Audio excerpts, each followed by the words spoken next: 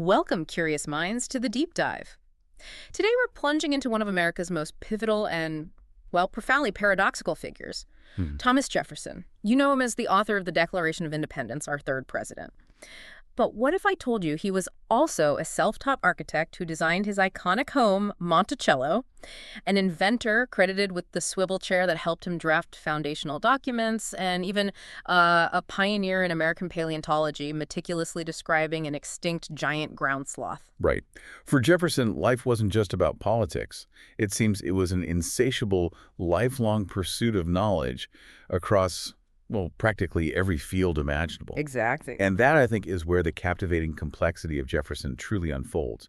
He wasn't merely a political leader. He was a polymath, a true Renaissance man whose influence touched philosophy, science, architecture, and the very blueprint of the early republic. Yeah, a central force. A central force in shaping not just our government, but the intellectual and cultural landscape of the nascent United States, making him a figure whose contradictions are, almost as defining as his achievements. That's why our mission today on this deep dive is to go beyond the textbook. We're sifting through a rich mosaic of sources, everything from his personal letters and architectural plans to presidential papers, scholarly analyses, and even modern genetic studies. Mm. We're aiming to give you a nuanced understanding of Jefferson's multifaceted life, his monumental achievements, and yes, the deeply challenging contradictions that continue to shape our understanding of American ideals.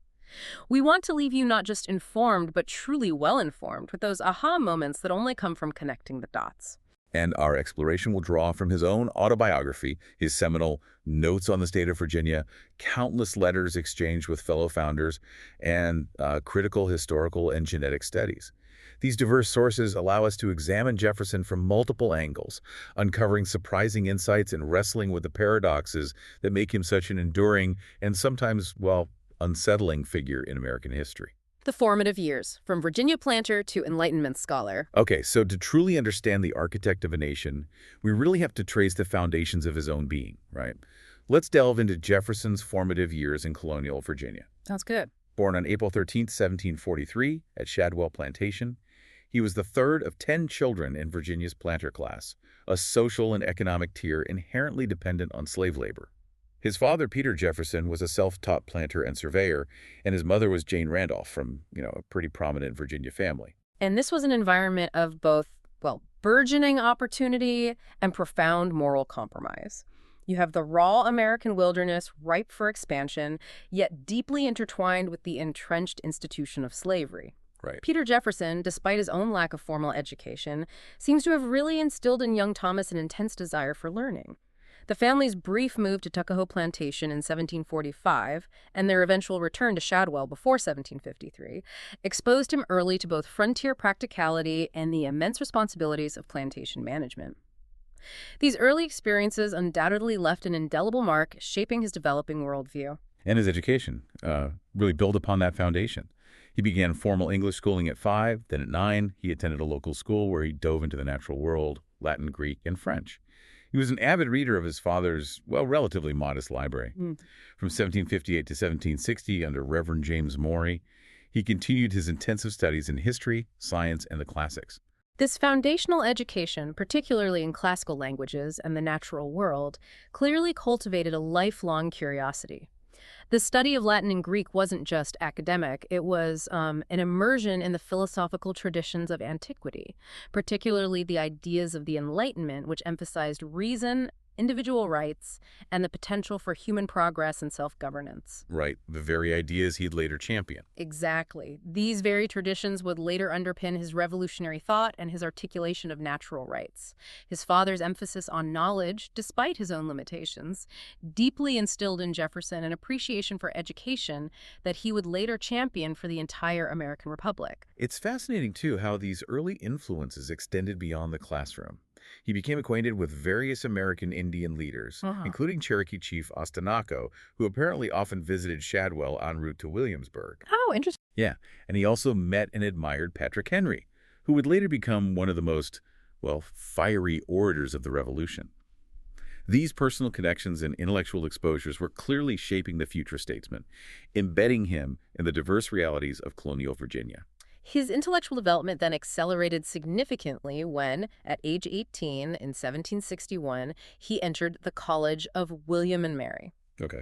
Here, he studied mathematics and philosophy with William Small, a Scottish professor who became a profound mentor.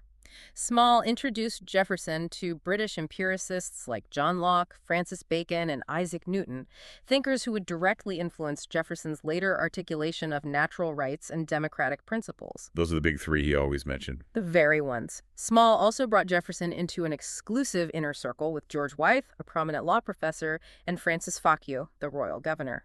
Their Friday dinner parties were, as Jefferson later wrote, where he heard more common good sense, more rational and philosophical conversations than in all the rest of my life. This period was a true intellectual crucible, honing his critical thinking and rhetorical skills. That feeling of finding your intellectual tribe, where conversations genuinely spark those aha moments, is something I think many of us can relate to. Jefferson's experience really shows how critical mentorship and stimulating discourse can be, not just in shaping an individual, but, in his case, maybe even altering the course of history. Absolutely. That intense intellectual environment also fostered remarkable discipline. After admittedly squandering away his first year on parties, Jefferson committed himself, famously studying 15 hours a day during his second year. 15 hours, that's dedication. Right. He concluded his formal studies in April 1762 and then read law under George Wythe, grounding him in the legal traditions that would inform his later governmental reforms. He was incredibly well-read, systematically compiling insights into commonplace books, a habit he maintained throughout his life. And speaking of knowledge, his lifelong obsession with books is, well, it's legendary. After his first library of about 200 volumes was destroyed in a fire in 1770, he immediately began building another. Started right over. Exactly. This second library, nearly 6,500 volumes, became so extensive that he eventually sold it to the Library of Congress for, I think it was around $23,950 in 1814. This was to help rebuild the national collection after British forces burned it during the War of 1812. A huge contribution. And what did he do then? He immediately started a third library. He famously wrote to John Adams, "I cannot live without books." This wasn't just a hobby, it was the core intellectual engine powering his extraordinary contributions, reflecting a mind constantly synthesizing information from diverse fields. Revolutionary fire shaping a new nation's ideals. Okay, so with that formidable intellectual foundation, Jefferson was about to step onto a public stage, one that was, ablaze with revolutionary fervor. But as he began to shape a new nation's ideals, the profound contradictions of his own life would soon emerge, setting the tone for a lifelong struggle between principle and reality. Yeah, that tension starts early. He was granted admission to the Virginia bar in 1767, then represented Albemarle County in Virginia's House of Burgesses from 1769 to 1775. And this marked his official entry into public service, immediately grappling with colonial rights and, of course, the deeply entrenched institution of slavery. His rigorous legal training prepared him directly for legislative work, but it was in these early actions that we see the seeds of his later struggles. This is where we first confront one of Jefferson's most profound contradictions, right? While in the House of Burgesses, he pursued reforms to slavery. In 1769, he sponsored legislation to give masters discretion to emancipate slaves, though it faced, strong opposition in agrarian Virginia. Understandably, given the economy. Exactly. Even more strikingly, as a lawyer, he represented 7 freedom-seeking enslaved people, waiving his fee for one, arguing they should be freed under natural law, stating, "Everyone comes into the world with the right to his own person." Wow, that's a powerful statement for the time. It really is. Although the judge ruled against him, Jefferson apparently provided money to aid the client's escape. So on one hand, he's actively trying to reform the system and arguing for natural rights, yet he's deeply embedded in that very system. It's a powerful illustration of the intellectual argument that would later find its way into the Declaration of Independence. This tension between his espoused ideals and his lived reality is absolutely central to understanding Jefferson. And at the same time, he embarked on another lifelong project in 1768, the construction of Monticello Little Mountain, his primary residence near Charlottesville. Ah, Monticello. He spent most of his adult life designing it, calling architecture my delight, and putting up and pulling down one of my favorite amusements. This neoclassical masterpiece, in the Palladian style, was constructed mostly by local masons and carpenters, assisted by his enslaved people. Which again brings us back to that paradox. Monticello stands as a physical paradox. a monument to Enlightenment ideals of beauty and innovation, built brick by brick by the very people denied those ideals. It's a stark and permanent reminder of the nation's foundational hypocrisy, in a way. It really is. Amidst these public and architectural endeavors, Jefferson's personal life also saw significant change. On January 1st, 1772, he married Martha Wales Skelton, a 23-year-old widow. Their bond seems to have been deep. Historian Dumas Malone described it as the happiest period of Jefferson's life, painting a picture of domestic harmony as Martha, a skilled pianist, played while Jefferson accompanied her on violin or cello. But their joy was tempered by immense sorrow. They had 6 children, but only 2, Martha Patsy and Mary Polly, survived to adulthood. Then, in 1773, Martha's father died, leaving them 135 enslaved people, 11,000 acres, and significant debts that would plague Jefferson for years. So more enslaved people and debt. Yes, exactly. And Martha herself suffered from ill health and frequent childbirth, ultimately dying on September 6, 1782, shortly after her last child's birth. She reportedly made Jefferson promise never to remarry. He was, by all accounts, grief-stricken, pacing relentlessly for weeks, with his daughter Martha describing many a violent burst of grief. This profound personal loss, combined with the inherited burden of debt, surely shaped his perspective as he navigated the tumultuous waters of revolutionary politics. This personal backdrop leads us directly to what is arguably his most monumental public achievement, the Declaration of Independence.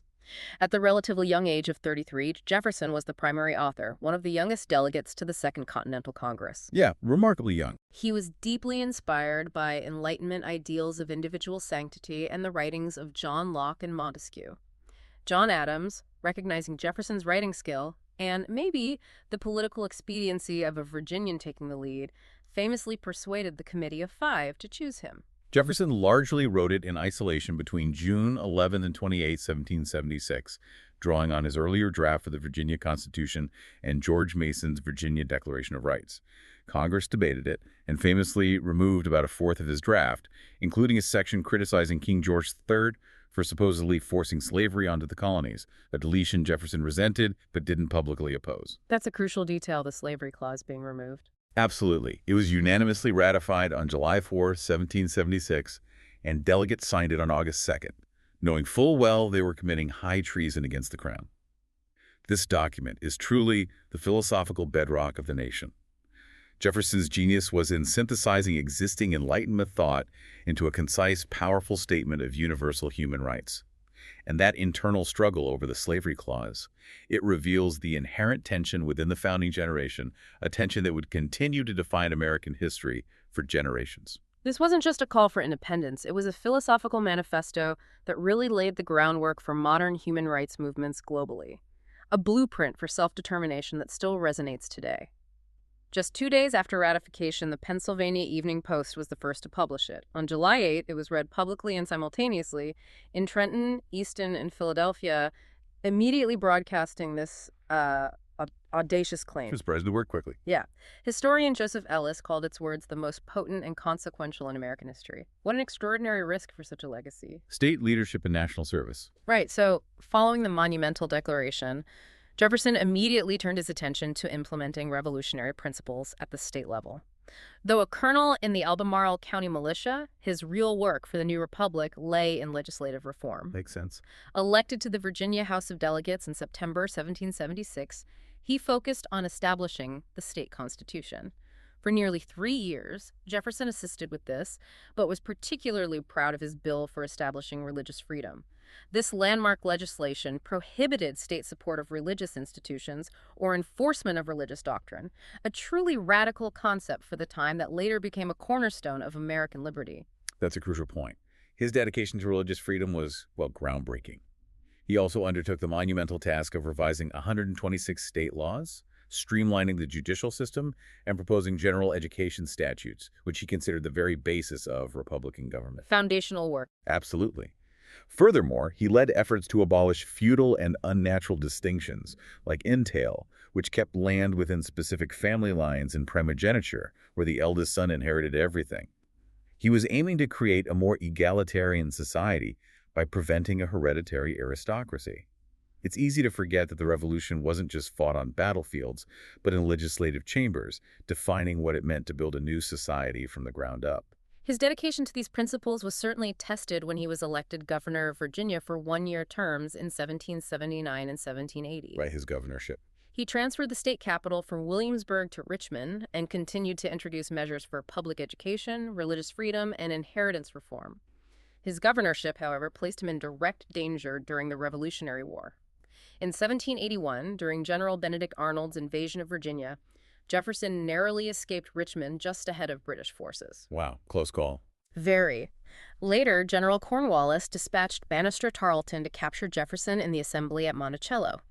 Jack Jouett of the Virginia militia heroically thwarted the plan, allowing Jefferson to escape to Poplar Forest. Imagine the stakes almost captured by Tarleton at Monticello. Despite his legislative achievements, these wartime challenges and accusations of failing to adequately protect the state led to him not being reelected. Yeah. It really shows the unforgiving nature of public office in the early republic. Definitely. Following his governorship, Jefferson authored a crucial work published in 1785, Notes on the State of Virginia. This book, a response to a French diplomat's inquiry, explored what constitutes a good society, using Virginia as an exemplar, including extensive data on natural resources and the economy. Notes on the State of Virginia offers a profound, if frankly troubling, window into Jefferson's mind. While praised for its breadth of information and advocacy for a good society, its sections on race controversially articulated his belief that black and white people could not live together as free people in one society due to justified resentments of the enslaved. Yeah, that's incredibly problematic. It really is. This wasn't just a window. It was almost a chilling blueprint for a segregated future, penned by the same man who articulated universal liberty. It reveals the profound cognitive dissonance at the very heart of the American project. Conversely, his views on American Indians, equating them to Europeans, challenged some prevailing notions of the time. He then continued his national service as a Virginia delegate to the Congress of the Confederation after the peace treaty with Great Britain in 1783.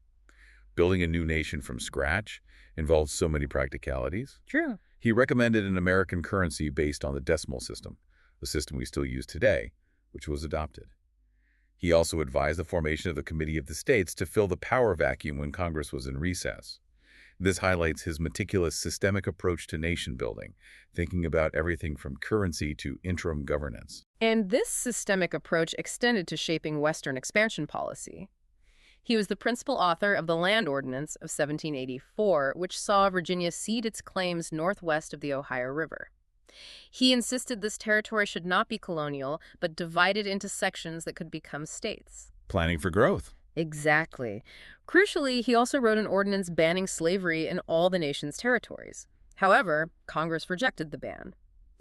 Despite this, the provisions banning slavery, known as the Jefferson Proviso, were modified and implemented 3 years later in the Northwest Ordinance of 1787, representing a partial but significant victory for his anti-slavery efforts in shaping the future of the nation. Diplomat, vice president, and party architect. Okay, so as the young republic found its footing, Jefferson's journey led him across the Atlantic into the world of diplomacy. In 1784, Congress appointed him minister plenipotentiary for negotiating treaties of amity and commerce, and he joined Benjamin Franklin and John Adams in Paris. Quite the diplomatic dame. Indeed. Less than a year later, he succeeded Franklin as minister to France. Jefferson's time in France from 1785 to 1789 was crucial for his understanding of international relations and European political dynamics. When the French foreign minister commented, "You replace Monsieur Franklin, I hear," Jefferson's witty reply was, "I succeed. No man can replace him." Huh. Nice. Shows respect, but also confidence. Exactly. It shows deep respect for Franklin, but also a clear assertion of his own identity. This direct exposure to European capitals broadened his perspective and directly influenced his later foreign policy decisions as president.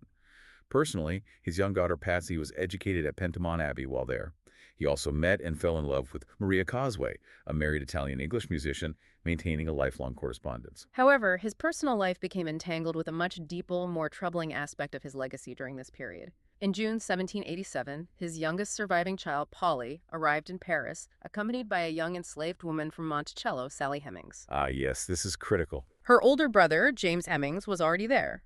According to Sally's son, Madison Hemings, the 16-year-old Sally and Jefferson began a sexual relationship in Paris, where she became pregnant. Madison indicated Hemings agreed to return to the U.S. only after Jefferson promised to free her children when they came of age. This is a critical and sensitive detail, illustrating the complex human relationships and profound power dynamics inherent to slavery. Absolutely. While wrestling with these personal complexities, he also witnessed history unfold on a grand scale.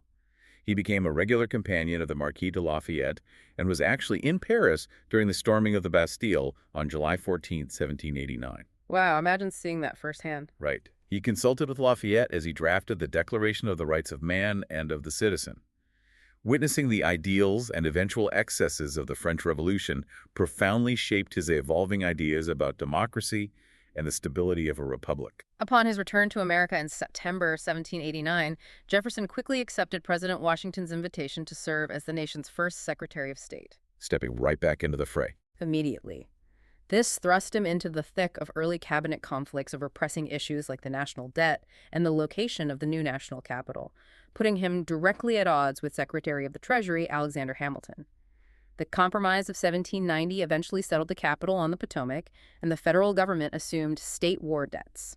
And this fundamental clash between Jefferson and Hamilton, an agrarian vision versus an industrial one, states' rights versus a strong federal government, distrust of banks versus national credit, truly laid the groundwork for the two-party system we recognize today. It really did. Jefferson opposed a national debt, and Hamilton's vision of a consolidated federal government, national credit, and a national bank, believing it ignored individuals and farmers and violated the 10th Amendment.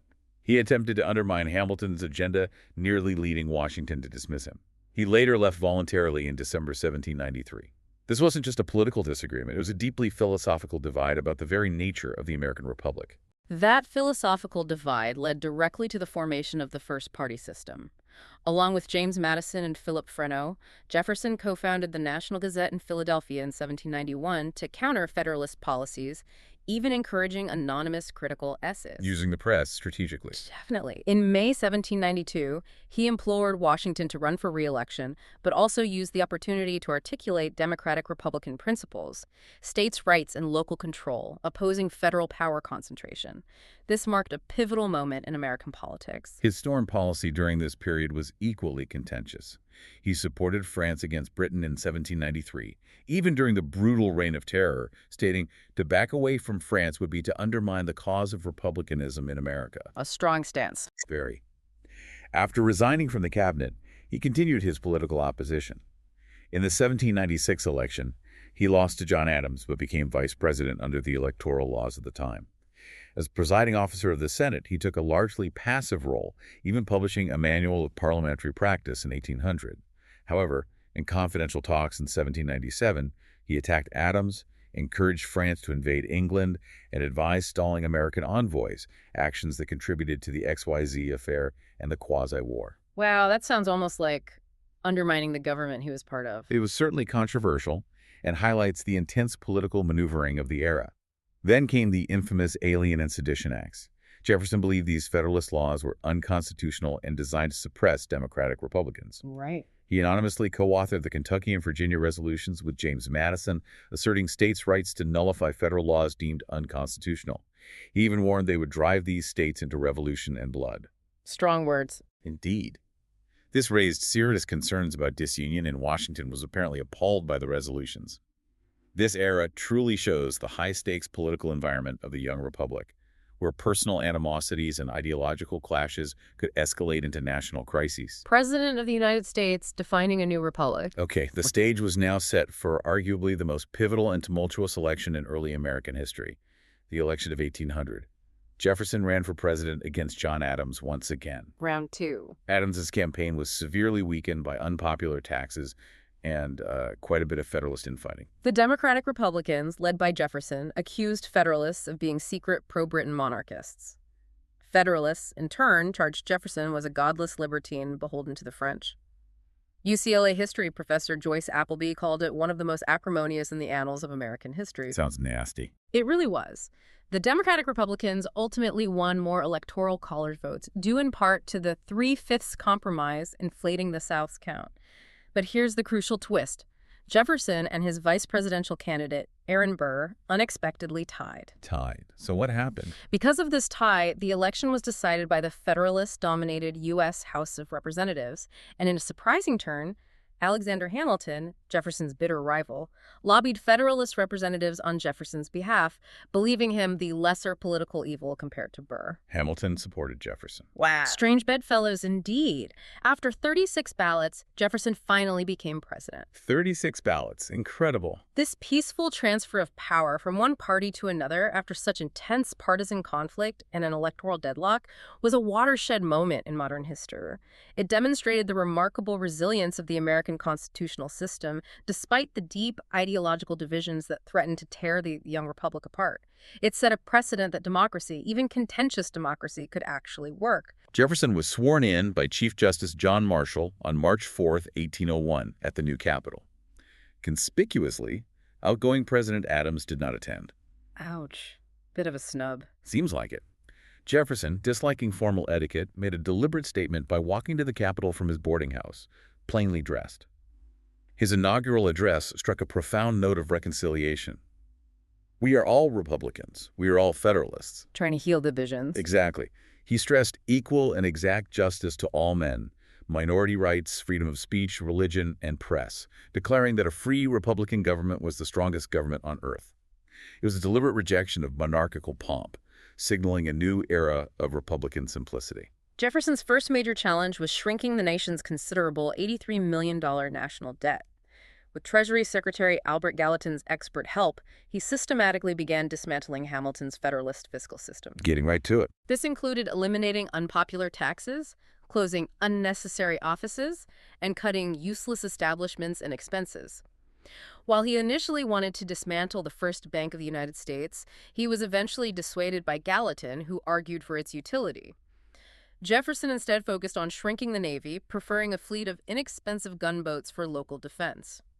By the end of his 2 terms, he had successfully reduced the national debt from $83 million to $57 million. It's a significant reduction. It was. This was a direct reversal of Federalist economic policies, reflecting Jefferson's core belief in limited government and agrarian self-sufficiency. His domestic actions went further. He pardoned several individuals imprisoned under the controversial Alien and Sedition Acts, a direct repudiation of his Federalist predecessors. Undoing some of Adams's work. Right. Congress, under his leadership, repealed the Judiciary Act of 1801, removing many of Adams's midnight judges, which led to the landmark Barbary v. Madison Supreme Court case, famously asserting the principle of judicial review. He also appointed 3 Supreme Court justices. Shaping the judiciary. And recognizing the critical need for a national military university, he founded the United States Military Academy at West Point in 1802 to produce an officer engineering corps grounded in science. And in a nod to his own love of books, he took great interest in the Library of Congress, recommending acquisitions and granting access to the president and vice president. In foreign affairs, Jefferson faced an immediate challenge with the Barbary pirates. American merchant ships, no longer protected by the Royal Navy, were being preyed upon, their cargoes pillaged, and crews enslaved. A serious problem for a new nation. Definitely. Jefferson, who had long opposed paying tribute, authorized a U.S. Navy fleet in 1801 and secured a declaration of war from Congress, making the First Barbary War the first foreign war for the U.S. After diplomatic and military actions, a treaty restored peace.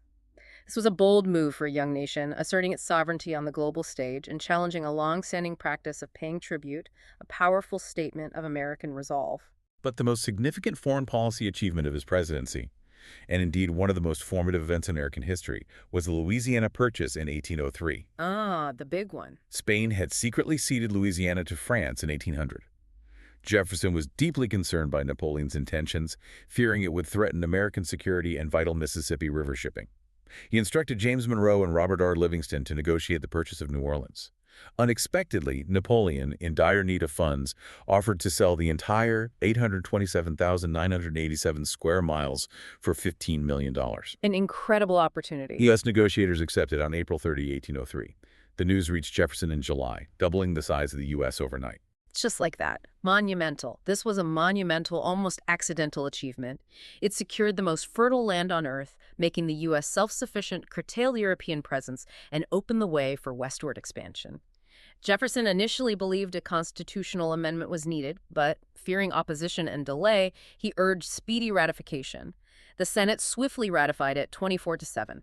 Historians consider it a major accomplishment, with Frederick Jackson Turner calling it the most formative event in American history. Anticipating further westward settlement, Jefferson immediately arranged for the exploration of this uncharted territory.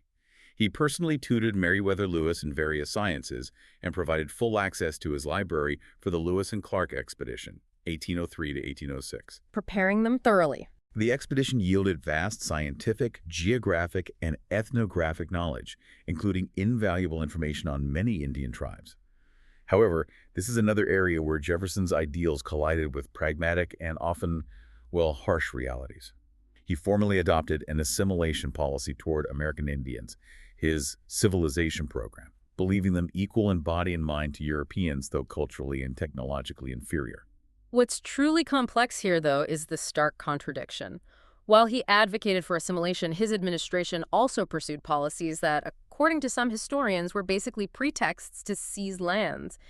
His chilling statement to Secretary of War Henry Dearborn, "If we are constrained to lift the hatchet against any tribe, we will never lay it down until that tribe is exterminated or driven beyond the Mississippi," reveals a harsh, almost genocidal undercurrent to his policies when faced with resistance. Yeah, that's incredibly disturbing. It is. It's a profound complexity in his legacy that cannot be ignored. Despite these emerging contradictions, Jefferson was overwhelmingly reelected in 1804 with George Clinton as his vice president, citing a strong economy, lower taxes, and the hugely popular Louisiana Purchase. However, his second term was fraught with challenges. The second term curse, perhaps. A split in the Democratic-Republican Party emerged, with John Randolph accusing him of moving too far in a Federalist direction. More critically, relations with Britain deteriorated rapidly due to impressment of American sailors and aggressive trade policies, inflamed by Napoleon's growing aggression in Europe after his victory at Austerlitz, making American neutrality almost impossible. Squeezed between Britain and France. Exactly. In response, Jefferson enacted the highly controversial Embargo Act of 1807 against both France and Britain. This act, intended to avoid war by using economic coercion, triggered widespread economic chaos in the U.S. and was met with strong criticism and evasion. A huge backlash. Huge. Instead of retreating, Jefferson responded by sending federal agents to track smugglers and enforcing the act with new legislation, a move some historians argue surpassed the Alien and Sedition Acts in terms of executive power. He announced he would not seek a third term and increasingly focused on Monticello.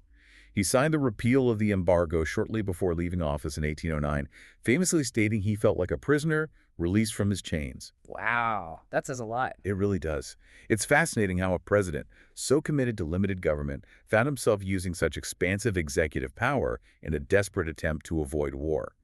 His sentiment upon leaving office speaks volumes about the immense toll the presidency took on him during this challenging period. Controversies and complexities. Even after his presidency, Jefferson's life remained a whirlwind of activity, influence, and, yes, continued controversy. One of the most dramatic episodes was the Burr conspiracy and trial. Aaron Burr again. Right.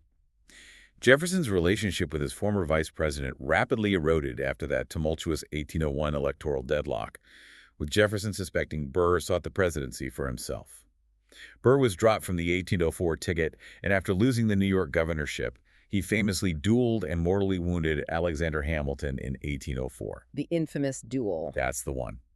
This immediately plunged Burr into deep legal trouble. By 1804, he contacted British Minister Anthony Merry, offering to cede U.S. Western Territory for money and ships. After leaving office in 1805, Burr conspired with Louisiana Territory Governor James Wilkinson for a military expedition, possibly to seize Mexico or Spanish Florida, or even to form a secessionist state. A conspiracy against the U.S. That's what it looked like. The plot unraveled when Wilkinson exposed it to Jefferson, who promptly ordered Burr's arrest. Burr was captured in 1807 and tried for treason. So a trial for treason. And here's a crucial twist in the story. Jefferson attempted to influence the verdict, telling Congress Burr's guilt was beyond question.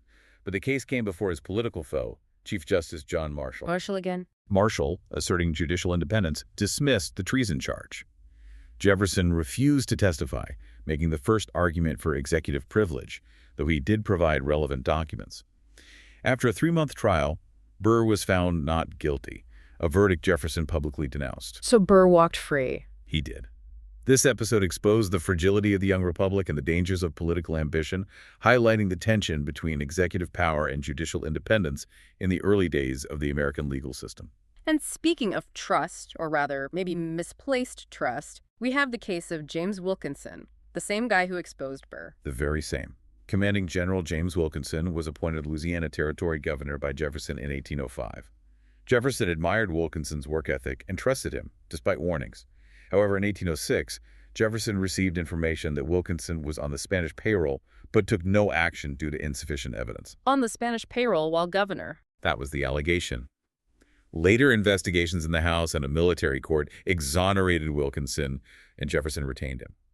It was 20th century evidence from Spanish archives that conclusively proved Wilkinson was indeed on the Spanish payroll. Wow. So Jefferson was warned but didn't act. It seems so.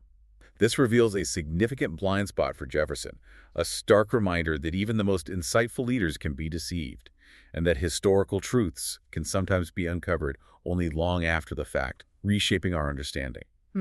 Another politically fraught initiative during his second term was his attempted annexation of Florida. Right. After Louisiana, he set his sights on Florida. Following the Louisiana Purchase, Jefferson attempted to acquire West Florida from Spain. In 1805, he secretly requested $2 million to purchase Florida, believing the money would go to Napoleon to pressure Spain. Yes, and congressional floor leader John Randolph opposed this secrecy, fearing where the money would truly end up. The bill passed after Jefferson controversially maneuvered to replace Randolph, but the venture ultimately failed, damaging Jefferson's reputation and sparking charges of undue executive influence over Congress.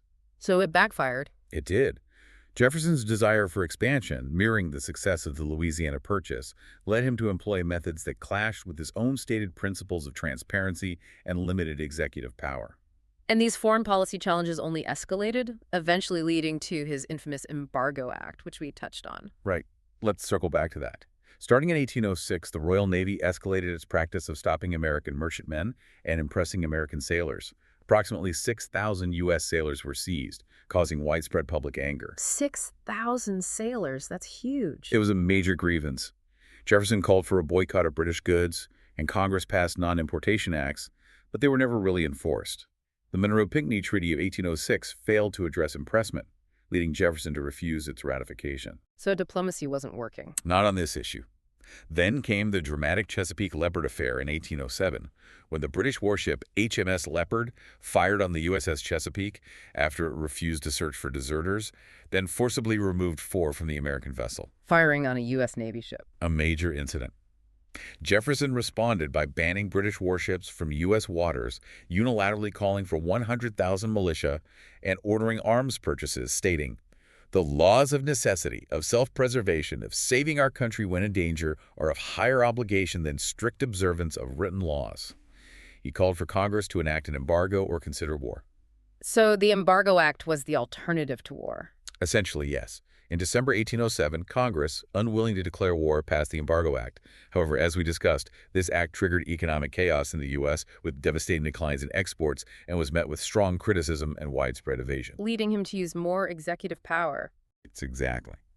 Jefferson deployed federal agents and passed additional enforcement acts.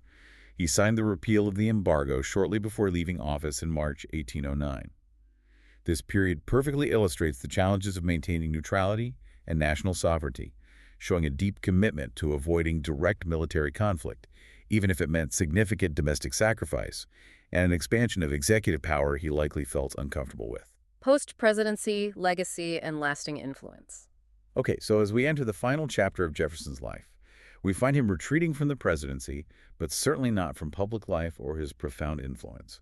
After his presidency, he remained incredibly influential, corresponding extensively with his protégés, James Madison and James Monroe. Still guiding from Monticello. Seems like it. In fact, the Monroe Doctrine, enacted in 1823, strongly resembled advice he gave to Monroe, highlighting his continued role as an elder statesman. This underscores Jefferson's role as an intellectual and political patriarch, continuing to shape American foreign policy and political thought long after leaving office. His intellectual contributions didn't cease with his presidency. Rather, they shifted to a more advisory and foundational role, influencing the next generation of leaders. And speaking of foundations, one of his most significant post-presidency projects was the founding of the University of Virginia.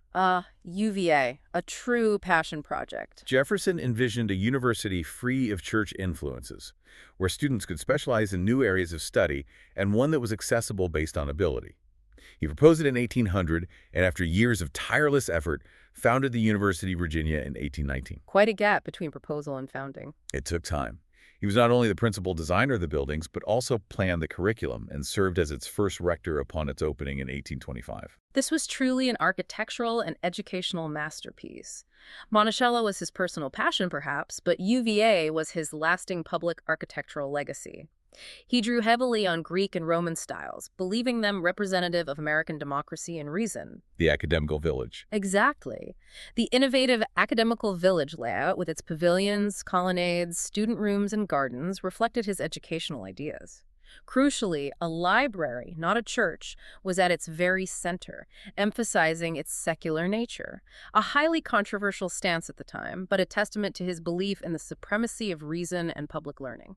That vision for a university designed entirely around secular learning, rooted in classical ideals, and with a library at its heart, it's a powerful testament to his belief in reason and public education as the cornerstones of a stable republic. Absolutely. But perhaps one of the most moving aspects of his later life was his reconciliation with John Adams. Oh, this is a wonderful story. They were close friends in their early careers, but became bitter political rivals during the Federalist-Republican split of the 1790s, not communicating directly for over a decade after Jefferson succeeded Adams. Benjamin Rush eventually prodded them to reestablish contact. Good old Benjamin Rush playing peacemaker. Right. In 1812, Adams sent a New Year's greeting, and Jefferson warmly responded, initiating what historian David McCullough calls one of the most extraordinary correspondences in American history. Over the next 14 years, they exchanged 158 letters discussing their political differences, justifying their roles in the revolution, and debating its global import. Imagine reading those letters. I know. Imagine reading their letters filled with reflections on the very founding of the nation. These two giants, once fierce opponents, found a way to bridge their divides in old age, reminding us that profound disagreements can sometimes give way to reconciliation and mutual respect. And their story ends with an almost unbelievable coincidence. Both Thomas Jefferson and John Adams died on July 4th, 1826, the 50th anniversary of the adoption of the Declaration of Independence. The 50th anniversary. Incredible. Adams's last words were, "Thomas Jefferson survives," unaware that Jefferson had died hours earlier.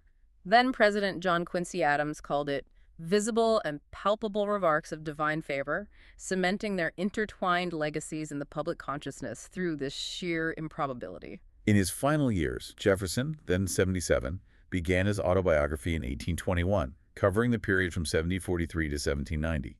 He focused on the Revolutionary era and his opposition to a privileged aristocracy, promoting instead an aristocracy of virtue and talent. Still shaping his narrative. He also sympathized deeply with the Greek War of Independence, exchanging ideas with Greek scholar Adamantios Korais and advising on a political system based on classical liberalism and the U.S. state model. A deeply emotional moment occurred in the summer of 1824 when the Marquis de Lafayette, whom Jefferson hadn't seen since 1789, visited Monticello. A reunion decades in the making. Jefferson's grandson recorded them bursting into tears as they fell into each other's arms. Wow, powerful. Jefferson's final days were weighed down by approximately $100,000 of debt, a sum that loomed large over his desire to leave an inheritance for his heirs. He even applied for a public lottery fundraiser in 1826. Trying to solve his financial woes right up to the end. His health deteriorated, and he died on July 4th, 1826 at 12:50 p.m. at age 83 on that incredibly symbolic 50th anniversary of the Declaration of Independence. His final significant words were, "Is it the 4th?" Focused on that date. He was interred at Monticello under an epitaph he wrote himself. Here was buried Thomas Jefferson, author of the Declaration of American Independence, of the Statute of Virginia for Religious Freedom, and father of the University of Virginia. Notice what's missing. Exactly. Notably, his political roles, including the presidency, were absent. He considered these three his greatest achievements. Sadly, his estate, possessions, and enslaved people were all sold at public auction to pay his debts. The fact that his epitaph focused on the Declaration, religious freedom, and the university rather than his presidency gives us profound insight into what he believed was his most enduring legacy. Jefferson's enduring ideas and complexities. Okay, so now that we've traversed his extraordinary life, let's maybe turn our attention to Jefferson's enduring ideas and the complexities that continue to challenge our understanding of him. Right, let's unpack that legacy. At his core, Jefferson subscribed to the political ideals of John Locke, Francis Bacon, and Isaac Newton, whom he considered the three greatest men who ever lived. alongside other Enlightenment thinkers like Montesquieu and Voltaire. That Enlightenment foundation again. It's crucial. Jefferson wasn't an isolated thinker. He was a brilliant synthesizer of Enlightenment thought, applying these philosophical frameworks to the unique challenge of forming a new republican government. He described himself as an Epicurean, agreeing with Epictetus's works, further highlighting his intellectual depth and commitment to reason as a guiding principle in a rational life. His political philosophy deeply advocated for the independent yeoman farmer, that is, the self-sufficient landowner and cultivator, and an agrarian life as ideals of republican virtues. He believed this fostered independence, self-reliance, and civic participation, often distrusting cities and financiers. Yes, that agrarian ideal was central. He favored decentralized government power, believing tyranny in Europe stemmed from corrupt political establishments and monarchies. Initially favoring restricted voting to propertied males, in retirement he advocated for general suffrage for all taxpayers and militiamen and equal representation. So his views on suffrage evolved. They did seem to broaden over time. He saw public education and a free press as absolutely essential for a healthy democracy, believing individual liberties were the fruit of political equality. This shift reflects an evolving commitment to a broader, more inclusive democracy, even if still limited by modern standards. His distrust of centralized power and financial interests became a defining characteristic of Jeffersonian democracy, influencing generations of American political thought. And this brings us to perhaps the most profound and challenging aspect of his legacy: the complexities of slavery. The unavoidable contradiction. Scholars offer radically differing interpretations of his views, ranging from proto-abolitionist to deeply entrenching the institution. He lived in a planter economy, owning approximately 600 people over his lifetime, inheriting 175, with others born on his plantations. About 100 enslaved people lived at Monticello at any given time. 600 people, that's a staggering number. It is. He purchased some to reunite families, but also sold about 110 for economic reasons. While he claimed, "My first wish is that the laborers may be well treated," and allowed Sundays and Christmas off, some scholars cite cases of excessive whippings and his nail factory being staffed by enslaved children. His actions regarding slavery reflect a deeply conflicted individual. He certainly felt slavery was harmful, but had significant reservations about immediate emancipation, advocating instead for gradual approaches. His 1779 proposal for voluntary training and resettlement and his 1782 legislation allowing slaveholders to free slaves show early efforts. So there were attempts at reform. Yes. He included a strong section criticizing King George III for supposedly forcing slavery onto the colonies in his declaration draft. His 1784 proposal to abolish slavery in all Western territories failed by just one vote, but the Northwest Ordinance of 1787 partially achieved this. He did free Robert Hemings, James Hemings, and Harriet Hemings during his lifetime, and his will freed 5 male Hemings slaves. These were certainly anti-slavery actions, in context. But this aspect truly complicates our understanding.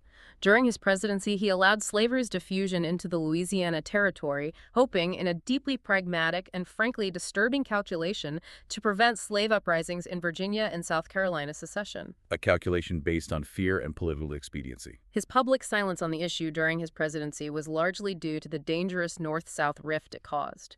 He wrote privately in 1805, "I have long since given up the expectation of any early provision for the extinguishment of slavery among us."